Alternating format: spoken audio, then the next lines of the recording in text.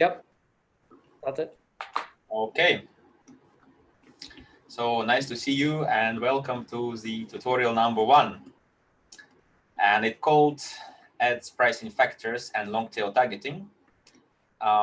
Previously, we have called it Ads Pricing Factors and also Auction Bids, but then I decided to have another tutorial just devoted to targeting and auction bids, so we don't mix things, right? So we do step by step. So this tutorial will be on ads pricing and factors and long tail targeting, and I think the key objective is basically to figure out generally what is the key factors that affect the ads price, and also understand what is long tail targeting, what we call long tail targeting in our company, and generally why it's called long tail targeting. So this picture has been created a while ago, but I think it's still very relevant. And if you look into the decline of organic reach over the time, you will see that in 2020 it's even lower than 0.2%. And what it means, what is organic reach? Basically, it's a number of people who will see your post in case you post this post on your social media page. So, for example, you are a brand, right? And you have, let's say, 1 million followers, and you want to post a post. So if you are posting this post and you have this 1 million followers, then you might get about how many? 260,000 of people seeing your posts if you are in 2011. But then in 2018, I guess you'll get how many? 2,000 people see your post. And then later it will be even less. So now it's like really very limited number. And the reason why they do this officially, of course, is to increase the relevance of the ads and of the content. So they say we will prioritize the content from the normal users, and we don't want advertising content or content from brands to flood timelines to increase the user experience of Facebook users, which is fine, which is understandable, but I think this is just a part of the truth. Another part of the truth is it's very well highlighted by the second line in the screen. You can see that the Facebook revenues at the same time grow like a hell, and these revenues come from advertising. So therefore, last time it was relevant to really grow your organic followers, but now even you have a very good quality organic audience, these people are not going to see your posts, and you have to advertise to reach these people. And of course, in the slide, we say that brand is not equal to user on Facebook. What it means is basically if you are still normal user, then your organic reach will be much higher. It could be up to the 2011 numbers. And for users, it's all fine. However, for example, on Instagram, in case you're an influencer, and I guess you are reaching maybe 10,000 followers or something like that, I don't remember exact number, but once you reach some relatively small number of followers, they will push you to convert to Instagram business account, connected to your Facebook page. And then after that, for Facebook and for Instagram, you're already considered to be business. And once you're a business, your organic reach will be dropping unless you pay. For Instagram, this business model is still like shadowed by the official explanations. But for some social networks in China, it's very obvious. You want to run ads, you have to pay to social network. Then influencer will be able to use that budget to spread the advertising message to their followers. Otherwise, you kind of have to share your revenues from influencer marketing. And also the same thing happened with branded pages. So, but it's good news for us because we're gonna have more and more brands to run ads, and that's why our business exists. That's why we can also grow our subscription related to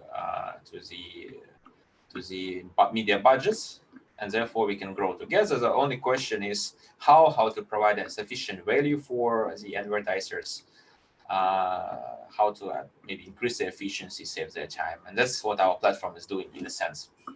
So this efficiency of the ads, when you run it manually, and as our operations team would confirm, even when you run it automatically based on the rules or automated manner, when you kind of complement the platform by the human, it's quite a puzzle, right? And I don't know, Americans like to call this kind of situations like a 4-dimensional chess, right? When you kind of know what's going on, but sometimes there's some opaque things happening and you kind of don't know what's going on, and then performance is increase or decrease, or maybe human behave differently, or maybe the system behave differently, or maybe advertisers come in, and then the whole game changed a lot, and the performance of the ads also changed a lot. So advertisers, especially humans, those trying to apply the human thinking and concept into digital ads, very often fail to run it efficiently because of this very complicated structure of the ads and many factors. So what are these factors? Okay, according to some articles, I took this picture from one of the existing articles. There are key factors that affect ads cost, and we need to understand each of these factors. And ideally, our platform must provide actionable recommendations or do it for the user to improve in all these factors at the same time. Only in that time it will become truly actionable and truly useful. So the factors are target audience, marketing objective, budget, which is very tightly related to the delivery speed, competition, that is related to bids that we'll be discussing in the next tutorials. Of course, timing, when to choose to advertise, ad placement, and also the relevance. And the relevance is something defined by the social platform or by search engine marketing platform, right? So we cannot directly influence it, but it depends on the rest of the factors. And also, I don't know, luck, and also how Facebook will feel on a particular day, or algorithm will decide about us. And you can see also that across the industries, cost per click can also be different, right?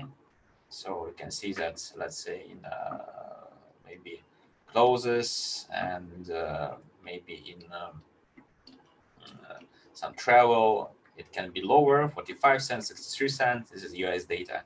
But let's say for some finance, for automobile, it's higher, it's up to $4. And of course, these numbers vary, and all of us know that we're running ads in different markets. The same type of ads in Philippines might cost you a few cents per click, and then the same ad being run in US will cost you maybe the same, but in dollars, not in cents, right? Like really much higher price depending on location. And this is because all these factors are different on every market, different for every brand, and they all affect the price. And that's why we need to understand them, and we also need to build a platform that can automate as many of these factors possible and consider as many of them as possible at the same time. So target audience, the first factor.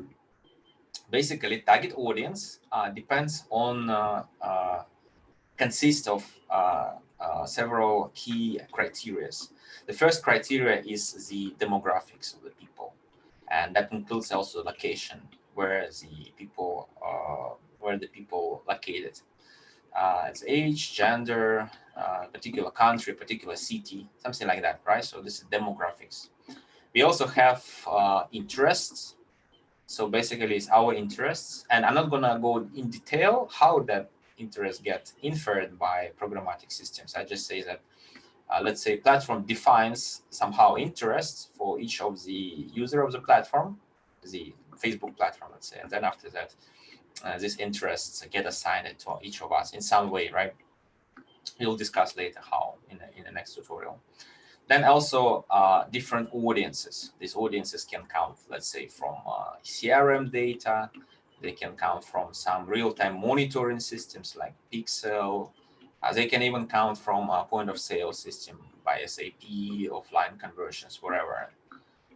So these audiences is actually real people, and they get hooked by Facebook system through the cookies or through, let's say, actual transaction happening through their emails, through their name. Then they also can form audiences inside. So this is a targeting option that Facebook has. I will break it down later. It's just there is several ways to define targeting, who you want to target, which people you want to show the ad. And across different platforms, this targeting audiences vary based on maybe, let's say in Google, it could be keywords. In Twitter, it could be keywords, could be interests, topics. TikTok is their own hierarchy, and but the principle is the same. So we have this target audience. The second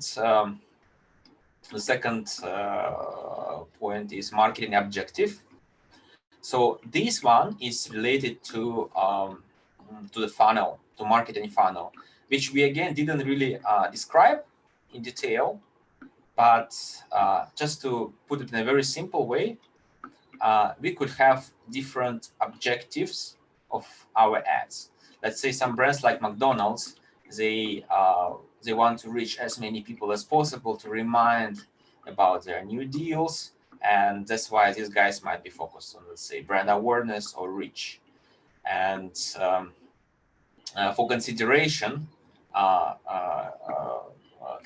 objective,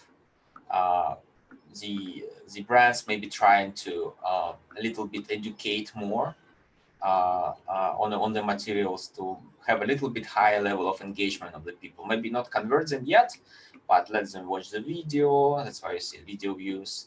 Let them click on your website and read. Maybe let them engage with your Facebook page. Maybe let them install your app, not necessarily purchase inside the app, but install the app. And let's say write a message in the messenger, right? So this kind of consideration stage. And then, of course, we also have conversion, which all advertisers super want to run, and many of them come into quite a serious failure because that objective just doesn't work for them. But indeed, it exists, and this objective helps to make people do e-commerce purchases, etc.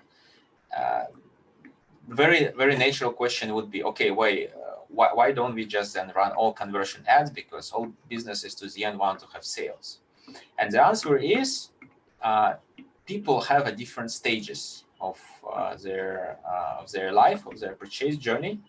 Let's say you might be, let's say you want to buy a car in Singapore, right? So you might be in the awareness stage. Basically, this is just cars, they exist in Singapore.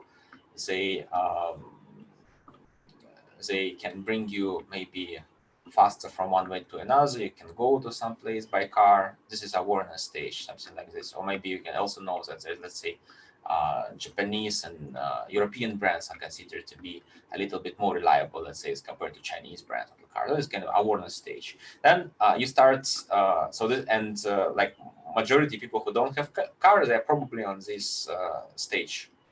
So when they see the awareness ads, they just get reminded about the brand, but they are far away from buying a car. Then you have a consideration stage. This is when a person figured out that, okay, I got the 2 kids, I'm going to bring them to kindergarten every day, and I really kind of need a car. And then traffic ads start bringing these people into different landing pages, explaining different features of the cars, pros and cons, pricing, etc. Maybe you'll start engaging with a page where you see that, let's say, Audi released a new model of the car. Maybe you start installing some apps that help you to get the best deal of a second-hand car markets, right?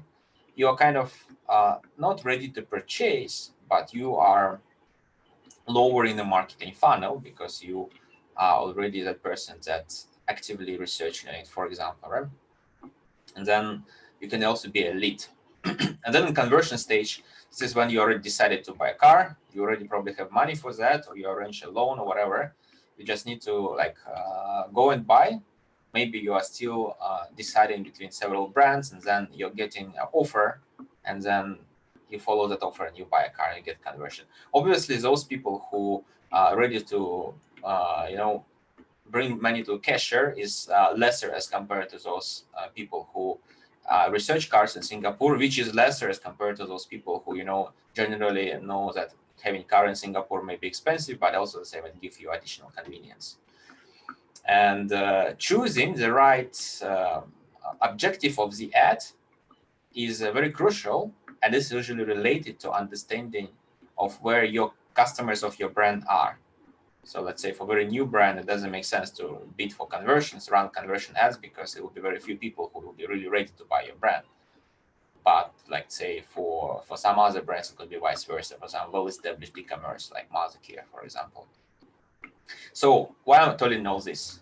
I'm telling this because in Facebook, the Facebook internal AI system kind of have machine learning that can predict how likely this particular guy is be responsive for let's say clicking or engaging with the ad, or maybe how likely this guy is going to buy some product, probably not car because it's very high price tag and specific product, but maybe I don't know, particular shampoo or a burger in McDonald's, or install the app to get McDonald's promotion, something like that.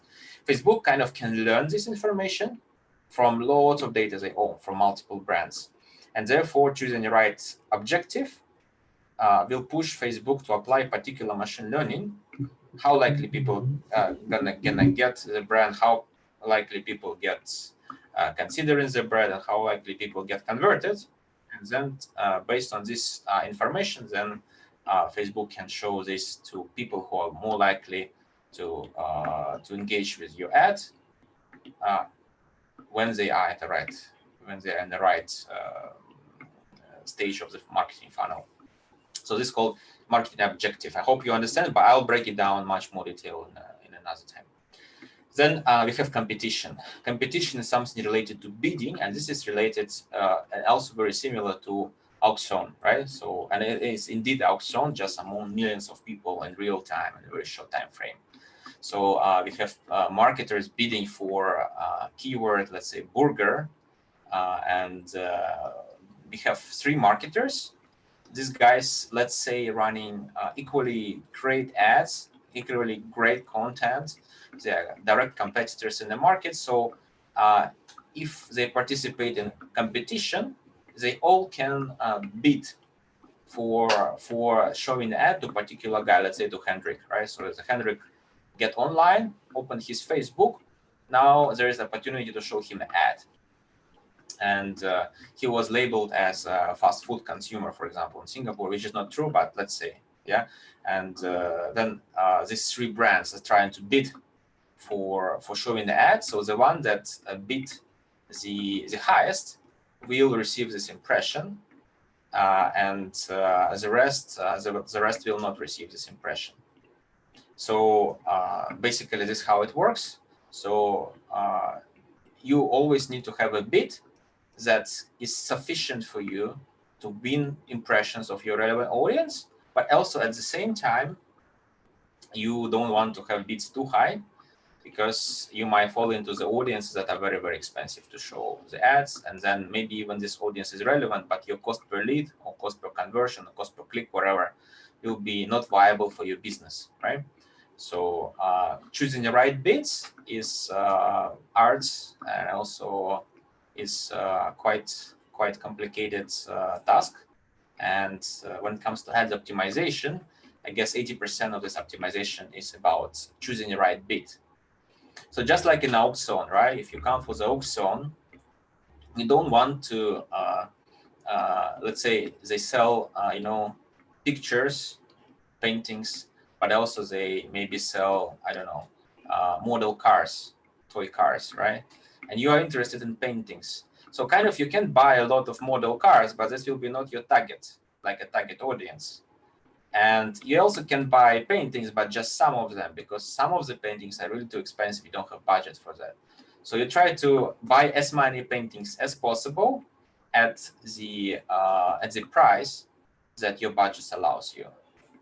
Then you'll come happy home with your relevant item, which is paintings but not cars. But also at the same time, you'll get them at the lowest price possible for you. So you'll be efficient in your auction. This one remark: in the real auction, people getting item for the price that they offer, and on Facebook, let's say, they're not getting items at the price they offer. They're getting item at the price that is a little bit higher, minimum higher than the second most expensive bid. So you may bid with a very high bid, but if nobody else bid with a similar bid to you, but much lower, you actually will get item at so-called fair way. You'll get it at a little bit higher than the second highest bid for the participation in the auction. So this is competition, very important. Again, you'll be talking about bidding separately. Of course, when to advertise is another very important factor. And if you look at this slide, you can see that there are different time frames. It's actually it's a real client. You can see that at, let's say, 3 p.m. to 7 p.m. There are on average higher prices. Let's say at 4 to 5, you get higher price, and then at let's say maybe 12 to 2, you also get higher price. But let's say maybe 9 to 12, the price is less than $1 in two cases, and then really at night price can be even lower. So basically, when to advertise related to several things. First, how many audience is available. People don't browse Facebook all the time, right? Unless they have nothing to do on their work. They browse their phones in lunchtime, which you can see from the picture, and also they maybe browse phones in the evening when they travel back.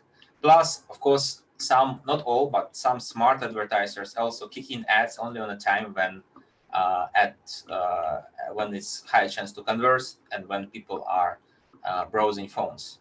And at that time, so basically more ads kicks in, and because more ads kicks in, you get high competition. So this is also possible. So these factors, of course, all related one to another. Then there is another one factor called ad placement. So basically, ad placement is the format of how you're going to show your ad. For example, we have a Christmas gifts, right?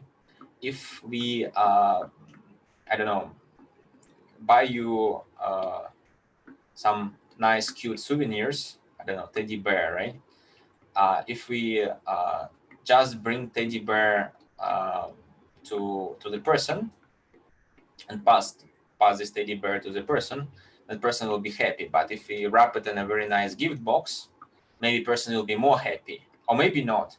It depends on the person. So same as in Facebook, we have different formats and ways to show the ad. In certain cases, they get shown through a mobile phone in one way or in another way. There's actually numerous ways of showing it, through the feeds, through the placements, through the inbox, inside the messenger, through the banner, through in-stream video. Depending on social network platform is also different. But basically, there are many ways to show the ad.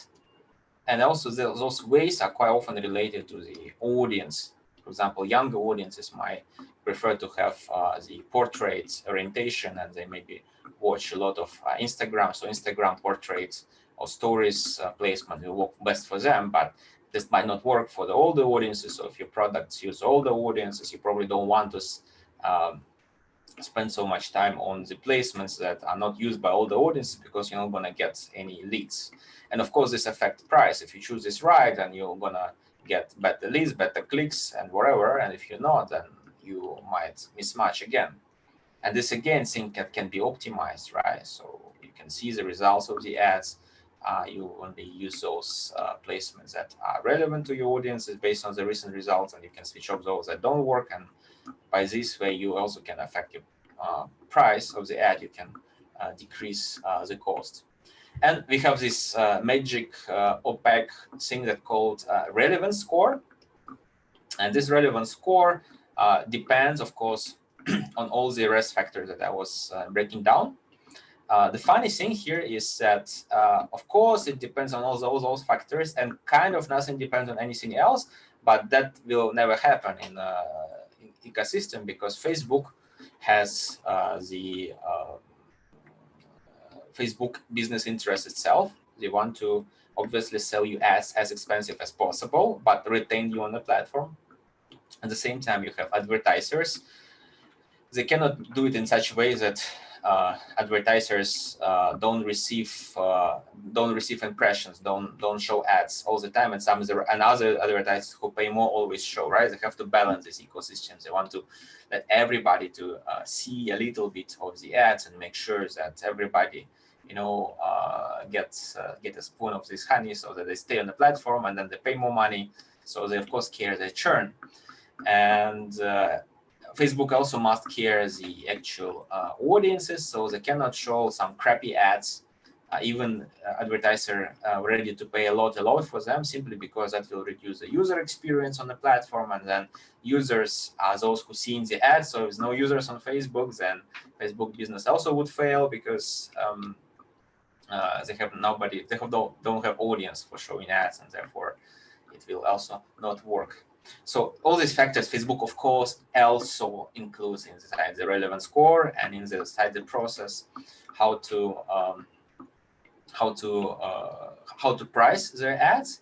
But even though those things affect, we can kind of imagine now that we can control this or directly influence, and then we can see what are the factors, and just give you a few examples. So you can see that the first ad from left to right is promoted targeting to men and women ages 18 to 34 years old that live in the United States. And you can see that the copies great handbags by every occasion, right? So it's clearly female handbag, right? So then this relevant score is considered to be 2 out of 10. With this kind of score, your ad's going to be really penalized, going to be really expensive cost per showing impression, 1,000 impressions, and Facebook wouldn't really be happy to show because it's considered irrelevant. Then what you could do is you can just adjust targeting to show it only to women, and then the relevance of the same ad has been increased from 2 to 5, which is already not that bad, by just changing the advertising only to women. So Facebook redefined is okay, it's females and the female bag. Okay, probably there is a match. Okay, everything is good. That works better, and that get higher relevance score. Therefore, your ads will be cheaper. Therefore, will be showing more often, and this is good. And then, of course, in the third case, what they did, they also say this is females that they live in the United States, but also interested in fashion because of the fashion bag, right? And then Facebook decided, then this is even more relevant. Let's show this ad to more people of females interested in fashion, because they really respond. And I think this is very important, because relevance score not just defined purely on Facebook itself, but also is defined by how people respond and how fast they respond on the ad. And therefore, creating the right content with the right targeting is very important. And this thing can optimize ads, optimize relevance score, and therefore optimize the cost of the ads very much, even by having the same content. Pretty much this concept is also used in our platform, because we are using the same content as our client, but we are finding the right audience for this content. We are finding, maybe in the future, also finding the right creative copy for the same ads, right placement, right demographics. So that's the relevance score increase, the cost of showing ad decrease, and then therefore we can get better results. Idea is quite simple. And of course, these 3 pictures are a little bit simplified example, right? I don't think in the reality it's that easy to increase relevance score. But it shows the concept, and these 3 screens are taken from the real campaign run by one of the Summit competitors. It's another ad optimization platform. So we can affect the target audience. We can affect the relevance score. We cannot by doing the more effective AI optimization. But if we try to do this targeting and relevance score by human, we might end up not doing it very well. That's why we need automation platforms. We need something continuously A/B test and find this right target audience, right relevance score to make the campaign perform better. Of course, other things such as budget, objective placement, time can be adjusted by the person in case the brand is doing very well already, understand marketing funnel very well, have a good performance digital team or in-house team or agency, the rest things they can take care. But of course, in the long run, we also want some in-platform to be able to also help with objectives, with the budget, with the placement, with the time, with many other parameters, so that for every campaign that runs, our platform provides the full suite of recommendations and actionable actions actually that happening inside the platform, so the API, so that the client can just relax. They kind of don't need to listen to all these lectures. They just can run very effective ads. And this is our vision. We want to build this kind of ecosystem, this kind of platform. So just a little bit on long tail targeting. As I explained before, we have these marketers fighting for the burgers, and the guy in the blue in the bottom, he wins the impression because he bid it the most, and he wins the auction because he bid it more than other two guys. And again, we are assuming that everything is perfect for all these three guys, so only the auction affects the performance. So they all have very good content, similar relevant score, run at the same time, and all this, right? So we just have only one variable as a bid. In this case, the bottom guy will win.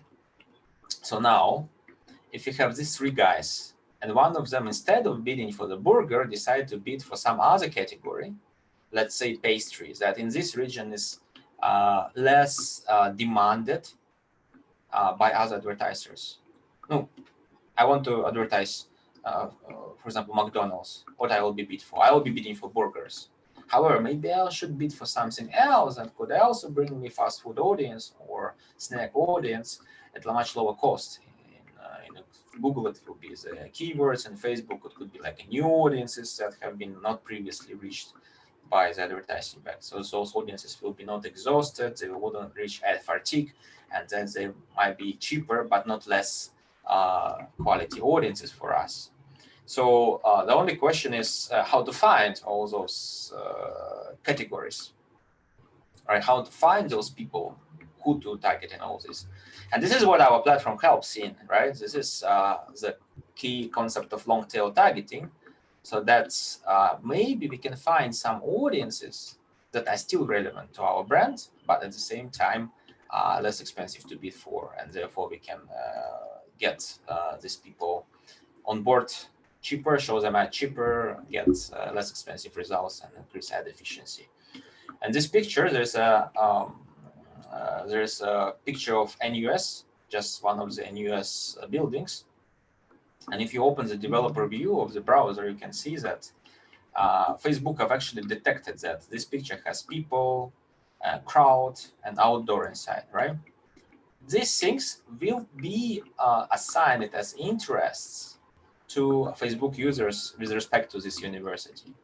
However, advertisers will be still bidding for education, and everybody will be bidding for education. And then it's likely that we will be reaching some part of the quality audience through the education, but not the big chunk of those who actually related to outdoor crowd and people, because outdoor crowd and people also related to university. But how do we figure it out? Facebook knows that, but how do we figure out? How do we go beyond those standard categories like education and study when we want to run campaigns, right? So this is a concept. And of course, instead of just bidding for the burger, we can have lots of different food and even not food related categories to reach the people at lower cost, but at the same quality level. So why it's called long tail? It's actually came from maths, and it comes from the particular definition of long tail distribution. And you can imagine it as like a dinosaur, right? So we have a head of distribution, which is very tall. You can see this dinosaur, and the burger is like a very expensive category that lots of people bid, and that's why the price is very high. And we also have lots of other categories that are on the long tail of the dinosaur, that are each of them not bidded by that many people, but because there's so many of such categories, we can still get enough volume, or even more volumes than the burger itself, of such people, and you can get the lower price because other advertisers don't know that such category exists, don't bid for them, and these audiences are your audiences eventually. So this is the concept of long tail targeting. Instead of having one burger, why don't we have lots of other food related or even indirectly related stuff to bid for people? Instead of bidding for motherhood or like targeting motherhood and mother and baby for the mother and baby brand like Mother Care, why don't we go for some other categories such as maybe I don't know, skin problems after pregnancy, etc., that are related to pregnancy. They are still our target audiences. They're still researched by people on Facebook, still posted by people on Facebook. So Facebook know that these audiences are relevant to the motherhood, but nobody will target this because they don't know that this can be targeted. So this is the idea, and that's pretty much all for today. So we probably allocate 5-10 minutes for questions if you have any. I think many of you know this already, but still, maybe if you have some questions, maybe somebody who just come have some questions, I'll be happy to reply. And for the next tutorial, we will be talking about auction bids and Facebook targeting in more detail to know a little bit the internal part of this process. Thank you, Alex. I have a question. So how would you find out exactly which are the keywords or whatever to find what to bid for in the long tail targeting? I mean, how would you? It's just it's AI who's deciding, or it's a more human factor? So if you are a marketer in an agency, you might go into a social listening platform. You might follow your gut feeling. You might, I don't know, ask your colleagues or think it through or do a lot of A/B tests. Or you might ask Facebook itself to figure this out through their lookalikes, audiences, and etc. There are some tools to do this. You can go to Google Trends, you can go to Facebook Analytics, and from there you can figure it out. But our platform, when you show, yeah, sorry, when you showed the picture of the university and you showed there was the text, the coding, and it said crowds and so on and so forth. So is this what marketing people would do? They would go, for example, to their competitors or something like that website and see what is coded in their website or what? This is not website, this particular Facebook. So Facebook, for every content that has been uploaded, decide what is inside the content. It also monitors which pages you go and also assign you interest according to those pages that you go. Let's say you're interested in motherhood, and then they will assign motherhood interest to you. You posted a baby, then they will recognize baby from the image, and then will assign this interest to you in the future, etc. Right. So it's a continuous process. So if you want to do this manually, you will pretty much you'll have to go to, I don't know, hundreds of thousands of pages, open a browser and try to scrap what is Facebook telling about this. So only Facebook has this data, and this data is used by Facebook to figure out what are the relevant categories to each of us Facebook users to later show us ads based on those categories that Facebook figure out. But also Facebook show it as a caption of the image in case Facebook get broke down. That's why you can open it and see in a browser if you want, but for every single image, not for all the images. And if you're a marketer, you technically cannot do that, right? Because it's really huge data. So what you do, you can rely on tools, or you can rely on your intuition. And to be honest, in industry, very often nobody care. They just run something basic, and then they're not getting good results, and they don't optimize, and they don't get results. So this is why it's a huge industry. So I'm in platform doing analytics to figure out this, and then it automatically targets these things and A/B tests these things inside the Facebook, inside Google, etc. And this is pretty much the core of our product. This lecture is not about how Somin doing it, but rather how it works on general and what is long tail targeting. And I think next lecture I'll be talking about in detail how Facebook figure out targeting, how Somin figure out targeting on our side, how these two things marry together, how does Somin does optimization, and optimization will be related to the bids. That's why we'll be talking also about auction bids And we probably will start from upturn bits, and then we go to optimization and targeting. Okay, thanks. That's interesting. Oh, it was interesting for me. Oh, sure. We appreciate you not necessarily supposed to know very detailed in your legal work, but I think this is great that you are interested in this, and happy to explain.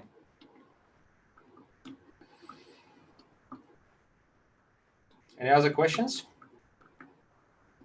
I'm real curious about the relevance scoring. Where can I find that? And is that something we share, or is that openly available to the clients, for example? It's available to everybody. You can go to your Facebook Ads Manager. Inside there, one of the columns that are available for you to choose and browse will be ad relevance. And it will be also content quality score. So you can just go inside there and see it. Okay. But of course, what you will see inside Facebook is not the same thing that Facebook used to make decision, because except for relevance of your ad, you also have to pay enough, and they also have to satisfy other advertisers, and they also have to satisfy their users. So not just based on relevance, they will be making decision how much your ad will cost and who to show the ad, but this is important factor, which on its turn depends on other factors like placement, targeting, time, bid, etc. I think it's also important for them to know that the nuances of relevancy, especially when you talk to clients, a lot of people mistake relevancy for like comments, shares, you know, like what the factors that makes it relevant to us. But that's not really how Facebook calculates relevancy score. The exact formula is not really known, but all of like engagement metrics actually has very little to do with relevancy, very little. And yeah, this is right.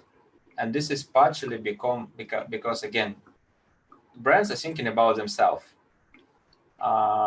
Users also thinking about themselves. They want to see relevant content. Brands are thinking to how to sell more.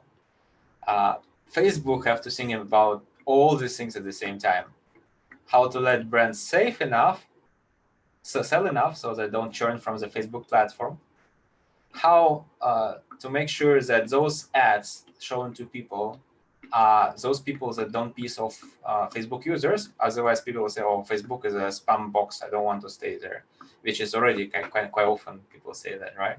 But also at the same time, Facebook need to earn their own revenues, and therefore they cannot just make ads too cheap, for example, for you, or they cannot allow themselves to make their channel too expensive, because there will be always other channel that the advertisers will choose and churn from Facebook, and Facebook want to keep the market share. And all these things come together, which is Facebook relevance, right? But this is how it works. That's why optimization quite often not just depend on like common sense, but also could depend on just actual data you're getting all the time. You're receiving data continuously by the platform, make decisions, just continuously attempting to adapt your advertising to fit the current situation, whichever this current situation is, which you will never know till the end. Even Facebook, I guess, doesn't really know. So very often the AI make mistakes, very often their also get overloaded and making mistakes. So we continuously see the situation of Facebook that everything goes well, and then for 3-5 days, all bits just increase drastically and ads all stopping because you cannot show the ad at this particular bit. What it could be a decision by Facebook, it could be a glitch inside. Very complex system, and I believe Facebook itself also not 100% understand how it works, how does it deliver the ads and impressions. And this is an opportunity for us, right? If it's everything very simple as on TV, then probably we wouldn't be in the business. Does everybody know how TV works actually? Like the concept of GRP, DRP, and all these other things? Oh yeah, TV is easy, very straightforward. I mean the team.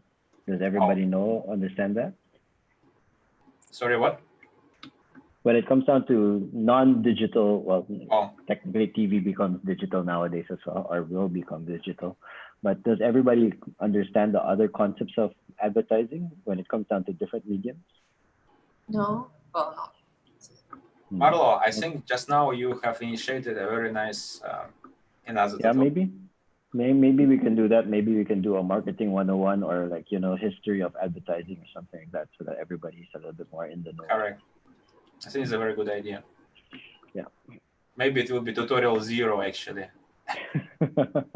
because it's something very, very, very, very background, but very important. Yeah.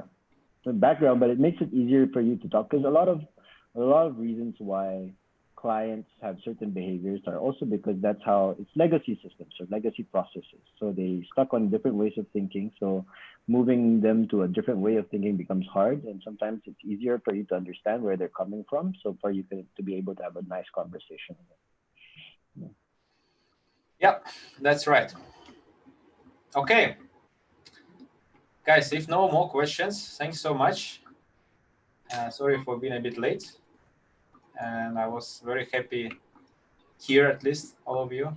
Maybe not see, but here. And thanks so much. I will see you next week. And the same time. Same as originally in the calendar. And we're going to discuss another very exciting topic. Thanks. Have a good day. Bye, guys. You. Bye.